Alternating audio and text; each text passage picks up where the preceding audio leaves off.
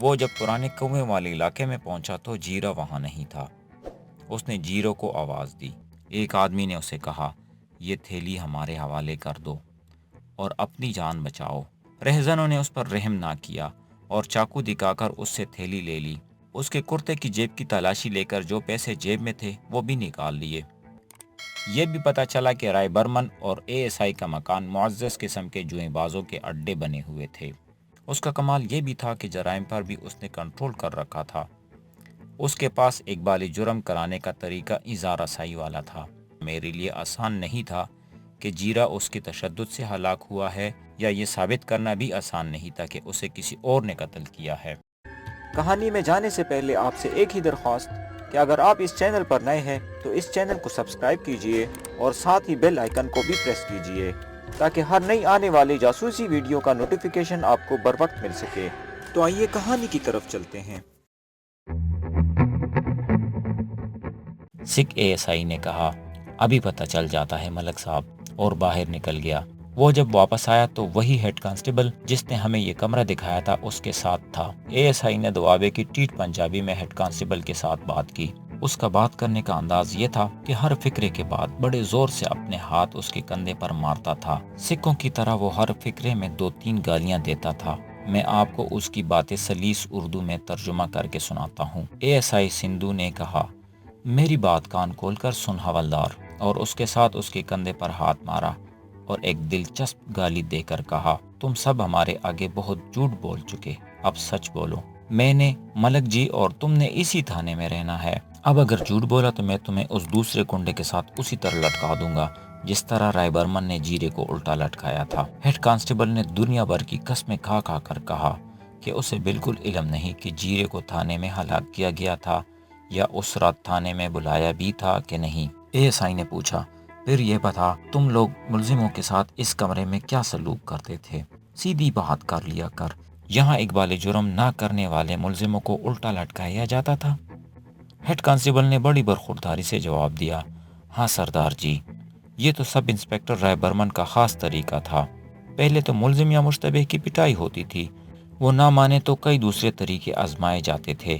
ان طریقوں میں ایک طریقہ یہ بھی تھا کہ اس کنڈے میں ایک رسی گزاری ہوئی تھی، ملزم کے دونوں پاؤں اس رسی سے باندھے جاتے، 2 کانسٹیبل اسے الٹا کر کے اوپر کو اٹھاتے، ایک آدمی رسی کو نیچے سے کھینچتا تھا اور رسی کا دوسرا سرا وہ سامنے والی کھڑکی کی سلاخ کے ساتھ باندھ دیا جاتا تھا۔ سندھو نے کہا، ملزم کو فرش سے کتنا اونچا رکھتے تھے؟ ہیڈ کانسٹیبل نے ہاتھ کے اشارے سے بلندی کا اندازہ بتایا، یہ کم و بیش 5.5 فٹ بنتا تھا۔ اس کا مطلب یہ تھا کہ ملزم کا سر فرش سے 5.5 فٹ اونچا رہتا تھا۔ سندھو نے اس سے پوچھا، اب یہ بتا یہ کنڈا کب کا نکلا ہوا ہے؟ ہیڈ کانسٹیبل نے جواب دیا، یقین جانیے سردار جی، میں نے آج دیکھا ہے کہ کنڈا نکلا ہوا ہے۔ میں خاموش کھڑا تماشا دیکھ رہا تھا۔ سکھ ASI کی باتیں کارآمد تو تھی ہی، لیکن میں ان کی دلچسپی سے لطف اندوز ہو رہا تھا۔ سندھو نے پوچھا، تم نے کتنے دن پہلے یہ کنڈا لگا ہوا دیکھا تھا اور یہ رسی کہاں ہے؟ ہیڈ کانسٹیبل نے جواب دیا، کوئی 1 مہینہ پہلے یہ کنڈا لگا ہوا دیکھا تھا۔ میں رسی تلاش کرتا ہوں، وہ تو اس کنڈے کے ساتھ لٹکتی رہتی تھی۔ ہیڈ کانسٹیبل نے سارا تھانہ چھان مارا، وہ رسی کہیں نظر نہ آئی۔ یہ ایک ثبوت تھا کہ رسی غائب کر دی گئی ہے۔ میں نے سکھ ASI کو سکھوں کی طرح بڑی بےہودگی سے خراج تحسین پیش کیا۔ اس نے ہیڈ کانسٹیبل سے بڑا اچھا سراغ اگلوا لیا تھا، لیکن یہ ثابت کرنا ابھی باقی تھا کہ جیرے کو یہاں لٹکایا گیا تھا کہ نہیں۔ میں نے اس آدمی کو بھی بلوایا ہوا تھا جس نے یہ بتایا تھا کہ اس رات اس نے جیرے کو ایک آدمی کے ساتھ تھانے میں داخل ہوتے دیکھا تھا۔ میں نے اسے اندر بلایا اور اس سے پوچھا کہ جب اس نے جیرے کو تھانے میں داخل ہوتے دیکھا تھا اندازاً وقت کیا تھا؟ اس کے پاس گھڑی نہیں تھی۔ اس نے جو اندازہ بتایا تھا وہ 9 اور 10 بجے کے درمیان تھا۔ اس زمانے میں قصبوں میں لوگ 8 بجے تک سو چکے ہوتے تھے۔ میں نے مقتول کی بیوی کو بھی بلوایا ہوا تھا، اس سے پوچھا کہ اس رات جیرا کسی کے بلوانے پر تقریباً کتنے بجے باہر نکلا تھا۔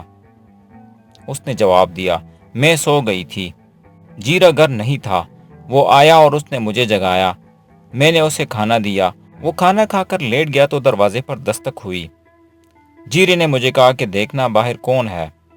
میں نے کنڈی کھولی تو ایک آدمی نے کہا کہ جیرے کو باہر بھیجو۔ میں نے اندر جا کر جیرے کو بتایا، جیرا باہر نکلا، میں لیٹ گئی، پھر میری آنکھ لگ گئی۔ آدھی رات کے بہت بعد میری آنکھ کھلی تو میں نے دیکھا کہ جیرا بستر پر نہیں تھا۔ باہر دیکھا تو دروازہ کھلا ہوا تھا۔ میں نے صبح تک انتظار کیا۔ صبح ہوتے ہی اطلاع ملی کہ جیرے کی لاش شہر سے باہر ایک جگہ پڑی ہوئی ہے۔ میں نے اس لڑکی سے ابھی بہت کچھ پوچھنا تھا، لیکن ابھی اس وقت کا اندازہ کر رہا تھا جس وقت جیرے کو تھانے میں داخل ہوتے دیکھا گیا تھا۔ جیرے کی بیوی کے بیان کے مطابق یہ تقریباً وہی وقت تھا جب جیرا تھانے گیا تھا۔ جیرے کی بیوی نے بتایا تھا کہ اس نے دیر سے کھانا کھایا تھا اور اس کے فوراً بعد ایک آدمی اسے بلانے آیا تھا۔ مجھے پوسٹ مارٹم رپورٹ میں معدے کی جو کیفیت لکھی تھی وہ یاد آئی۔ وہ یہ تھی کہ معدے میں جو غذا تھی وہ ابھی ہضم نہیں ہوئی تھی اور غذا کی خاصی مقدار خوراک کی نالی میں واپس آئی ہوئی تھی۔ یہ اچھا خاصا ثبوت تھا کہ جیرے کو تھانے بلایا گیا تھا اور الٹا لٹکایا گیا۔ اوپر لڑکی کے بالے میں جو کنڈے لگے ہوئے تھے وہ کم و بیش 3 انچ سے زیادہ بالے کے اندر تھے۔ یہ پنکھے کا وزن سہارنے کے لیے تھے۔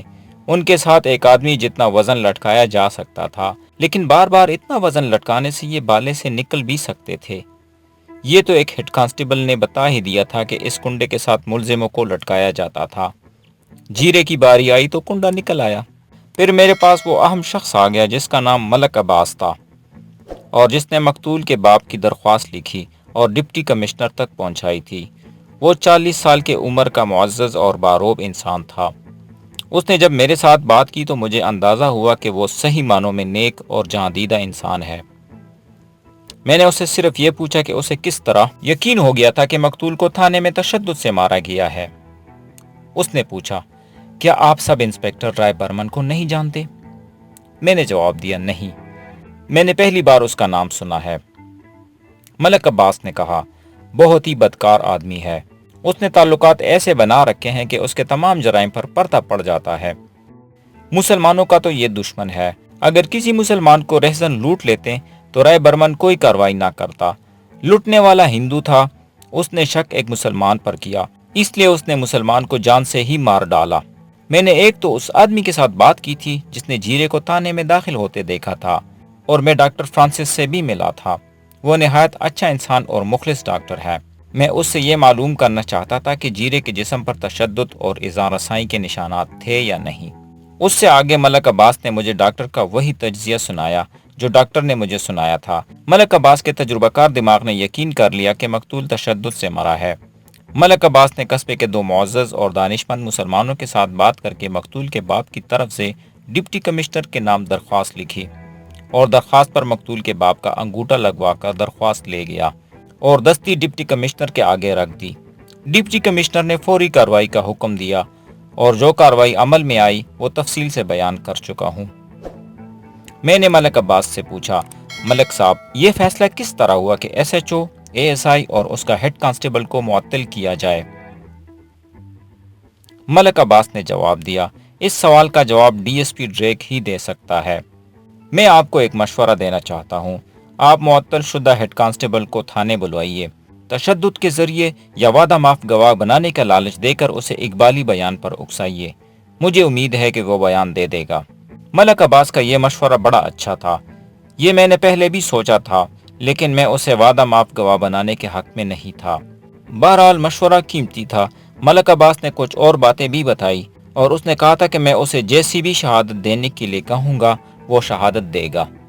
میں نے اسی روز معطل شدہ ہیڈ کانسٹیبل کو تھانے طلب کرنے کا انتظام کر دیا۔ اگلے روز وہ تھانے میں آ گیا۔ اس کا نام جگن ناتھ تھا۔ میں نے اسے اپنے پاس بٹھا کر دوستانہ لہجے میں پوچھا، جگن ناتھ جی، میرا خیال ہے کہ میں تمہارے ساتھ اس سے زیادہ مہربانی نہیں کر سکتا کہ تمہیں یہاں بلا لیا ہے اور تمہاری جان بخشی کا فیصلہ بھی کر لیا ہے۔ میرے پاس شہادت اکٹھی ہو گئی ہے۔ تم خود پولیس کے پرانے ملازم ہو، سب کچھ جانتے ہو۔ مجھے تمہاری مدد کی ضرورت ہے۔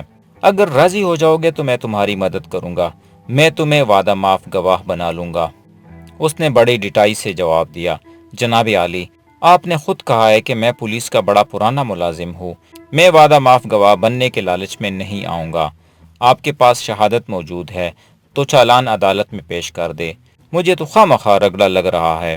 ملک عباس نے مجھے بتایا تھا کہ سب انسپکٹر رائے برمن کے ہاتھ بڑے لمبے ہیں اور اس نے ایسے تعلقات اور ایسا اثر و رسوخ بنایا ہوا ہے کہ اسے کسی کا ڈر اور خطرہ نہیں۔ اس ہیڈ کانسٹیبل نے جس دلیری اور ڈٹائی سے مجھے جواب دیا، اس سے ملک عباس کی باتوں کی تصدیق ہو گئی۔ نیا ASI منگل سنگھ سندھو جو میرے ساتھ آیا تھا، میرے ساتھ کمرے میں موجود تھا۔ اس نے جب ہیڈ کانسٹیبل جگن ناتھ کا جواب سنا تو اس نے یہ پرواہ کیے بغیر کہ میں موجود ہوں، ہیڈ کانسٹیبل کی گردن پر ہاتھ رکھا اور جھٹکا دے کر اسے اٹھایا۔ ASI سندھو نے کہا، ملک جی مجھے معاف کر دینا، اور ساتھ ہی سکوں کی طرح ایک گالی دے کر بولا، یہ اس طرح نہیں مانے گا، میرے ساتھ آئیے۔ تو یہ تھا آج کا ایپیسوڈ، امید ہے آپ کو پسند آیا ہوگا۔ کمنٹس میں اپنی رائے کا اظہار ضرور کیجئے۔ اس کے ساتھ ساتھ اس چینل کو سبسکرائب کیجئے اور بیل آئیکن کو بھی پریس کیجئے تاکہ ہمارا ساتھ برقرار رہ سکے۔ شکریہ۔ ملتے ہیں ایک نئی کہانی کے ساتھ، تب تک کے لیے خدا حافظ۔